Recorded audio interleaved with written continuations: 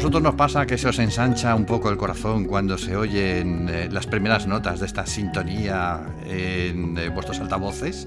Porque vamos, es que yo lo oigo y digo, bien, bien, bien, ya llegó el momento, ya tenemos la hora de Átomos y Bits cada semana que venimos por aquí para comentar los asuntos de ciencia y tecnología, para ver por dónde avanzan los científicos, qué cosas interesantes nos cuentan, que siempre hay algo importante de lo que hablar y bueno, y de todas esas novedades, pues os informamos en este programa que aparece por esta sintonía, con Esteban Novillo en la realización técnica, con José Manuel Nieves contando todas las cosas interesantes y con Pedro Pablo Maya aquí en el micrófono. ¿Qué tal? ¿Cómo están ustedes? Comienza Átomos y Bits.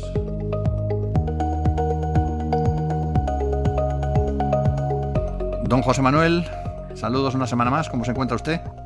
Muy buenas, Pedro Pablo. Fenomenal, muy bien. Me alegro, porque hoy nos tienes que hablar del enigma eterno del agua, que ha dado una vuelta de tuerca. Esto de la ciencia es muy interesante porque es como una novela de detectives que nunca termina. Cuando parece que ya tenemos una hipótesis consolidada, luego de repente, ¡pum!, aparece otra pista y nos hace dudar del sospechoso original. En este caso, del origen del agua. Claro, eso es lo apasionante y lo exasperante que a veces tiene la ciencia, ¿no? Y es que, claro, lo del origen del agua es una de las preguntas más polémicas entre los científicos de todas las que se formula la astronomía. Sí. Y es que si lo piensas bien, claro, nosotros estamos acostumbrados, ¿no? Vemos agua, abrimos el grifo y sale agua, en el mar ni te cuento, hay más agua emergida en la superficie de la Tierra que tierra, hay agua dulce, en fin, estamos tan acostumbrados que ni nos lo preguntamos, pero es que es una auténtica anomalía. Es decir, piensa que en todo el sistema solar, el único cuerpo que tiene agua líquida en la superficie es la Tierra. Toma. Nada más, solamente la Tierra. Hay otro cuerpo que es Titán, que tiene líquido en la superficie, pero ese líquido no es agua, es metano. Sí. Es metano líquido, ¿no? Vamos, es una pregunta auténticamente consolera. ¿Y qué es lo que decimos? Bueno, pues se intenta explicar, ahora te contaré porque es apasionante, desde hace décadas se está explicando con una especie de bombardeo de cometas o de asteroides, de cientos de miles de millones de cometas y asteroides que son muy ricos en agua y que al estrellarse liberaron el agua y llenaron las cuencas, ¿no? Sí. O sea, que sería alguna especie de servicio de reparto de domicilio a domicilio del agua. Una ducha espacial. Claro, que habría traído, claro, no solamente a la Tierra, sino en otros muchos lugares. Pero claro, la cosa se acaba de complicar con dos estudios de Nature, ¿no? ¿Y qué es lo que dicen estos estudios? Pues se juntan a otro grupo de estudios que también dicen que el agua podría ser intrínseca, estar ya en la formación de los planetas y formar parte de los planetas desde que nacen. Y estos dos estudios se juntan y lo que dice es que los planetas, los Neptunos o los subneptunos, que resulta que es el tipo de ahora te contaré lo que es, pero son el tipo de planetas más abundantes, más comunes en la Vía Láctea, pues resulta que fabrican su agua. Y lo hacen como una consecuencia natural de su mismo proceso de nacimiento y de formación. Caramba, pero a ver, vamos por partes, como ya que el Claro, destripador. vamos a ver. La cosa surge de la siguiente pregunta. El comienzo de la Tierra fue extremadamente caliente. Entonces, ¿cómo es posible que tengamos agua si nacimos en un infierno? ¿Qué pasaba hace 4.500 millones de años? Pues la Tierra se estaba formando. ¿Y qué era nuestro planeta? Pues poco más que una bola de roca fundida, lava, un océano de magma que estuvo hirviendo y evaporándose durante millones de años. Y claro, al hacerlo lanzaba al espacio cualquier traza del agua que pudiera haber allí o de cualquier gas volátil que pudiera haber quedado de la formación, Sí. por el propio calor, ¿no? O sea, aunque el planeta hubiera tenido agua como parte de su formación como material a partir del cual se formó, pues lo habría perdido en esta fase tan caliente, ¿no? Y entonces Vale, si eso es así, ¿cómo es posible que hoy existan los océanos? Que, que he buscado el dato y es que contienen más de 1.300 millones de kilómetros cúbicos de agua. Madre mía. Claro, entonces, ¿cómo es posible si tuvimos ese comienzo? Pues evidentemente, si tuvimos ese comienzo y durante ese comienzo tórrido el agua se evaporó y el planeta estaba seco, pues evidentemente si están los océanos llenos, el agua tuvo que venir de algún lado. ¿De dónde vino? Pues primero se pensó en los cometas. Los cometas son cuerpos helados que nacen en la parte exterior del sistema solar. Y nacen, esto es importante, más allá de lo que se llama la línea de nieve. Sí. La línea de que está situada más o menos en el cinturón de asteroides entre Marte y Júpiter. Si está más cerca del Sol, antes de cruzar esa línea, el agua se evapora. Y solamente, por lo tanto, solamente se pueden formar planetas rocosos. Si está más lejos si se cruza esa línea de nieve y ahí se forma un objeto, el agua no se evapora, sino que se congela. Entonces, en los cometas, que se formaron más allá de la línea de nieve, son muy ricos en agua. De hecho, hay algunos que la mayor parte de su composición es agua sucia, ¿no? Hielo sucio. Bueno, pues, pero el problema, claro, pensábamos que eran los cometas porque tienen agua suficiente y sabemos que hubo un bombardeo de muchos millones de cometas, ese famoso gran bombardeo, cuando Júpiter, el planeta gigante, se movió de su sitio y arrastró a millones de cometas y muchos de ellos los lanzó contra el sistema solar interior. Vale, entonces, ¿qué ocurre? Que hemos mandado naves a esos cometas y nos hemos encontrado con algo que no esperábamos. Que el análisis del agua de los cometas han visto que la proporción entre deuterio e hidrógeno de ese agua, pues resulta que no coincide con la proporción de deuterio e hidrógeno del agua de la Tierra. Anda. Es decir, que ese no es el origen. Es decir, que ese agua tuvo que venir de otro lado. Vale, pues si no fueron los cometas, ¿quién es el siguiente candidato?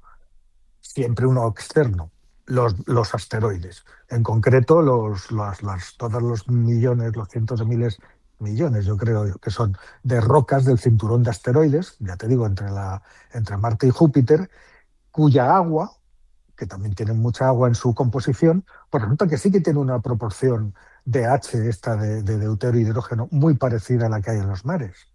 Pero claro, resulta difícil imaginar lo intensa que debe de ser aquella lluvia de asteroides para dar cuenta de toda el agua que hay en el planeta, ¿no? Sí, tiene que ser una barbaridad de lluvia, vamos. Y aquí tenemos varias historias. En 2023 hubo un estudio que no consiguió encontrar ni rastro de agua, fíjate bien, ni rastro de agua en los materiales de los que se formó la Tierra. Bueno, pues estos dos nuevos análisis de ahora de otros planetas que no son la Tierra, son planetas ricos en agua, sugieren que el agua, o por lo menos la mayor parte del agua, no vino del espacio, sino que fue creada in situ por esos planetas que no son la Tierra. Y fueron creados como consecuencia de reacciones químicas que tienen lugar durante el nacimiento. ¿Qué tipo de planetas son esos? Pues los subneptunos que te he dicho. ¿Vale? ¿Y cuáles son los Entonces, subneptunos? ¿La Tierra es subneptuna también o no? no, no, no, no, no. A ver, ahora conocemos unos 6.000 exoplanetas ya confirmados, ¿no? Sí. Bueno, pues los subneptunos son los más comunes. Estos, a ver, no tienen un análogo en el sistema solar. En el sistema solar no hay ningún subneptuno. Son más pequeños que Neptuno, pero más grandes que la Tierra. Y lo que tienen es un interior rocoso, como la Tierra, pero cubierto por una atmósfera muy gruesa que está dominada, ojo, por el hidrógeno. Hmm. Vale, entonces, en los artículos de Nature, que son dos, hechos por dos equipos independientes, en el primero de los dos artículos, lo que hicieron los investigadores fue recrear en laboratorio las condiciones del nacimiento de un subneptuno. ¿Y qué hicieron? Pues utilizaron se llama cámara de yunque de diamante, que es una herramienta de alta presión que les permitió recrear el océano de magma que envuelve a un planeta joven y en pleno crecimiento. Fíjate que en esa cámara los investigadores sometieron a las muestras que metieron ahí de silicatos, que serían el equivalente a la roca fundida de un planeta en formación, lo sometieron a una presión de 60 gigapascales. A ver, 60 gigapascales, si tuviéramos esa presión atmosférica en la Tierra, sería como apilar sobre cada dedo de la mano el peso de 2 torres Eiffel. Madre mía. Claro, o sea, es una presión brutal, ¿vale? Y lo hicieron a una temperatura de más de 4.000 grados. Y Sí. así simularon esas condiciones infernales iniciales. ¿Qué pasó en esas condiciones infernales en laboratorio, ¿no? Ten en cuenta que esta simulacro de formación del planeta no es un planeta como la Tierra, sino de un subneptuno, ¿no? Pero, ¿qué pasó? Pues que una cantidad enorme de hidrógeno se disolvió en el silicato fundido, pues como hace el gas en una bebida con gas. Lo que pasa que a escala planetaria. O sea, que era magma con gas, porque todo el hidrógeno de esa atmósfera de hidrógeno se disolvió en burbujas, ¿no? En medio de la lava, ¿no? Y ese hidrógeno disuelto, pues reaccionó químicamente con el óxido de hierro que hay en la roca fundida. En otras palabras, el hidrógeno fue lo que llaman en química un agente reductor. Liberó el oxígeno que estaba ligado al hierro y se unió a él y formó agua, una cantidad enorme de agua. Anda. Según los investigadores, este proceso, la hidratación, no es un simple accidente, sino un subproducto inevitable, un subproducto químico que es inherente al propio proceso de formación. Es decir, el oxígeno necesario para formar el agua tampoco hay que traerlo desde fuera, ya está en los materiales rocosos. Y el hidrógeno está en la atmósfera de estos planetas subneptunos. Es decir, el núcleo rocoso se calienta muchísimo, empieza a disolver las moléculas de hidrógeno y como en el núcleo rocoso hay hierro, el hierro lleva oxígeno, se liberan las moléculas de oxígeno y con todo este hidrógeno atmosférico que es disuelto y que se mezcla en el magma haciendo como si fuera una gran bebida efervescente, pues resulta que que se combina con el oxígeno y crea el agua, ¿vale? Ujú. El proceso es muy comprensible, muy lógico. El segundo estudio, pues aborda un problema que todavía es más complicado, ¿no? Eh, es que hay subneptunos ricos en agua y que orbitan muy cerca de sus estrellas. Es decir, están por dentro, en el interior de las líneas de nieve que te dije antes, Sí. donde se supone que el agua se tiene que evaporar, ¿vale? Durante mucho tiempo se pensaba que estos subneptunos, si estaban llenos de agua, pues deberían de haberse formado, por lógica, lejos de la estrella, donde el agua puede formarse, y después, una vez formada el agua, emigrar hacia el interior. Pero esa migración sigue siendo teoría, una hipótesis de trabajo, no está en absoluto comprobada. Mm. Entonces, ¿qué hicieron los investigadores? Pues hallaron que a las altísimas presiones de estos exoplanetas, que ya te he dicho, que son como miles, 10.000 veces la atmósfera terrestre, ¿no? La presión que hay en la Tierra, ¿no? Pues esta reacción es mucho más eficaz de lo que se había dicho, de lo que se había pensado. Así que el hidrógeno, en vez de reducir solo el óxido de hierro, las extremas condiciones que habían provocan una reacción que libera silicio de la roca fundida y forma una serie de aleaciones. Y todo eso al mismo tiempo que el oxígeno se libera y reacciona con el agua. El resultado de toda esta combinación de fórmulas químicas, impresionante. Se produce una enorme cantidad de agua, equivalente a un porcentaje significativo del peso total del planeta, pues del orden de un 20 o 30%. O sea, al formarse estos planetas con estas reacciones químicas, cerca del 20-30%, probablemente incluso más, de todo el material que nace de estos procesos es agua. Ya. Claro, esto es un algo revolucionario, porque Lo que pasa es que esto no se puede aplicar a la Tierra, por lo que nos has contado. Por la falta de esa no se puede, presión y... claro, no se puede aplicar y sobre todo porque falta la cantidad de hidrógeno necesaria en la atmósfera.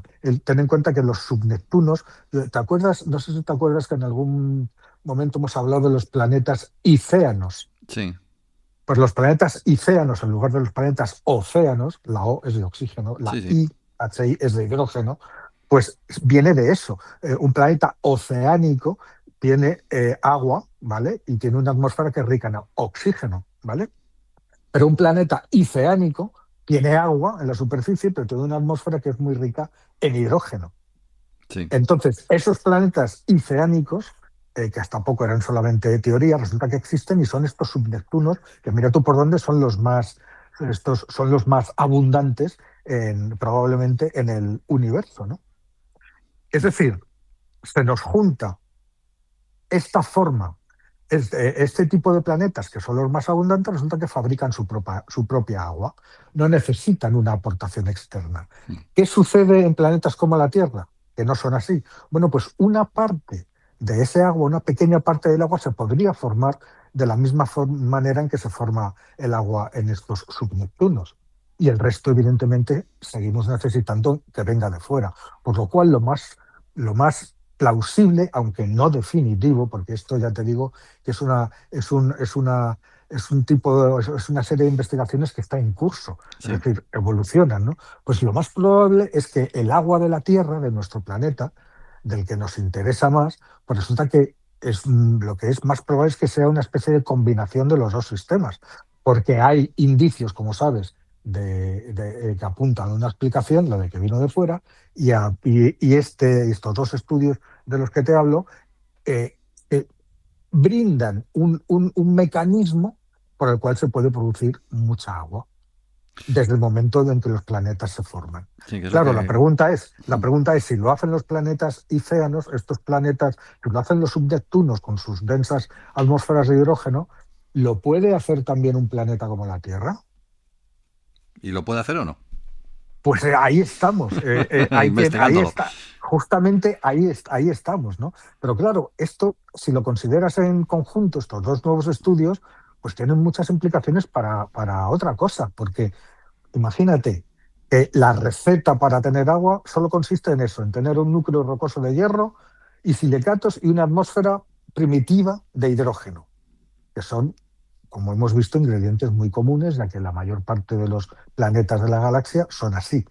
¿Vale? Pues entonces el agua es un compuesto geológico más, no un regalo que te viene de fuera, algo especial que te aportan viajeros cósmicos como pueden ser cometas o asteroides, ¿no? Es decir, es todo un cambio de paradigma y esto tiene mucho impacto en cómo buscamos vida fuera de la Tierra. Porque, a ver, resulta que si los planetas realmente son capaces de fabricar su propia agua en cualquier parte, pues el número de mundos potencialmente habitables pues se dispara. Claro. De la otra manera, no. De la otra manera depende más de la casualidad de que un planeta sea bombardeado en el momento preciso por una cantidad enorme de objetos que transportan agua. Y eso es mucho menos común. En En fin, fin, que estamos ahí en esta disquisición, ¿no? cada vez estáis más cerca de encontrar mi planeta, pero todavía os falta un poquito, ¿eh? Así te lo digo. ¿Tu planeta es de agua o de qué? De agua, por supuesto, de agua y de vodka. De Tiene agua los y de dos, vodka. los dos elementos, el planeta. El Bueno, planeta volcánico. volcánico, efectivamente, bien, bien traído, bien traído. Con Eh, D, con D, volcánico. sí, sí, sí, sí, lo he pillado. Bueno, tenemos otro asunto interesante aquí encima de la mesa y esta vez vamos a hablar de tiranosaurios. ¿Cuál es el tiranosaurio más famoso? Bueno, mejor dicho, ¿cuál es el dinosaurio más famoso de las películas? El tiranosaurio, si es que es así. A pesar de los bracitos que tenía, el tiranosaurio es uno de los dinosaurios favoritos. Bueno, pues ahora resulta que ha salido un elemento, otro dinosaurio que se llama Nanotiranus, Sí, que bueno, ha cambiado la forma en la que los científicos ven a los T-Rex. Cuéntanos por qué. te cuento. Antes has dicho que el dinosaurio más famoso es el tiranosaurio. A ver, hay muchos tiranosaurios diferentes y el más famoso es uno de ellos, que es el tiranosaurio Rex, el Ese. que acabas de decir ahora. Y claro, es que hay veces que un hallazgo que no te esperas, pues basta por echar por tierra años enteros de investigación. Y eso es exactamente lo que ha pasado en el caso de los T-Rex, ¿no? Eh, la razón de este cambio de paradigma y de que tengamos que cambiar mucho de lo que sabíamos, pues es un nuevo estudio y resulta sobre uno de los fósiles más famosos y más conocidos del mundo, que sabes que es un fósil que se llama Dinosaurios en duelo, Mm. que seguro que sabes cuál es, y Sí. se ve en este fósil, que es único, fue recuperado en Montana, se ve a un pequeño tiranosaurio, lo que se pensaba que era un ejemplar juvenil de T-Rex, en pleno combate con un Triceratops. Mm. Y Bueno. que la muerte los sorprendió a los dos en pleno combate. Bueno, y ¿Vale? eso se llevó al cine luego en un clásico con Harry Harryhausen. Claro, Mm. claro, claro, pero es un fósil, ya te digo, maravilloso, ¿no? Maravilloso porque Sí, además el tiranosaurio, el pequeño tiranosaurio, tiene una conservación maravillosa, ¿no? sí, Por eso y se pensaba que es un T-Rex adolescente. ¿Qué ocurre? Que muchísimas de los estudios sobre el T-Rex que se han hecho después, pues han tomado como muestras los huesos de este tiranosaurio Rex joven. sí. Bueno, pues ahora resulta que este no era un tiranosaurio Rex, sino una especie de tiranosaurio enano distinta al Mm. tiranosaurio Rex. Fíjate. O sea, nanotiranus. O sea, el Nanotirano. nanotir. Claro que eso, evidentemente, imagínate, cambia absolutamente todo. Es decir, el estudio de este fósil no solo resuelve este debate, porque claro, ya algunos decían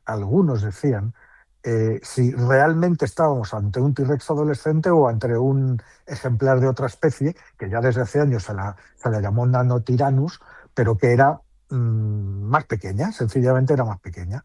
Bueno, pues esto le ha dado la vuelta a décadas de investigación. Y claro, como te digo, esto es mucho más que un simple cambio de nombre. Pues mira, resulta que no era un tiranosaurio Rex, sino que era un nanotiranus, que es otra especie, ¿vale? ¿Y qué?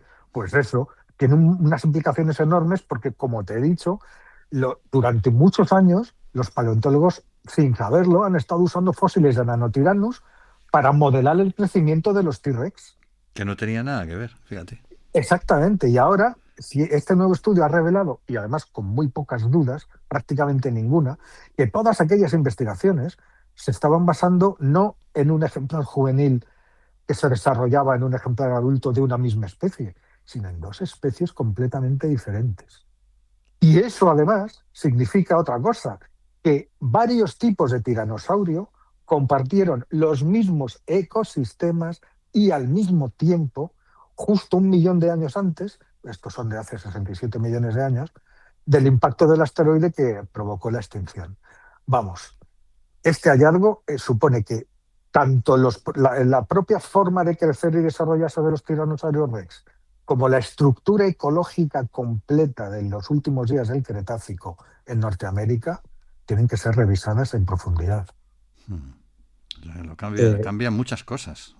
Hombre, cambia muchísimo porque, a ver, los cuerpos de estos dos dinosaurios están tan excepcionalmente bien conservados que los científicos incluso han encontrar restos de piel, algo rarísimo en fósiles que, como te digo, tienen unos 67 millones de años. Mm. Por eso, no resulta extraño que el fósil del carnívoro, que además el estudio de este fósil tiene una historia, ¿no? Porque tiene una larga y compleja batalla legal sobre la propiedad y entonces se retrasó. Y bueno, el estudio concreto, al final, cuando se ha podido hacer, se convirtió en uno de los restos de tiranosaurio más estudiados, mejor estudiados y más utilizados.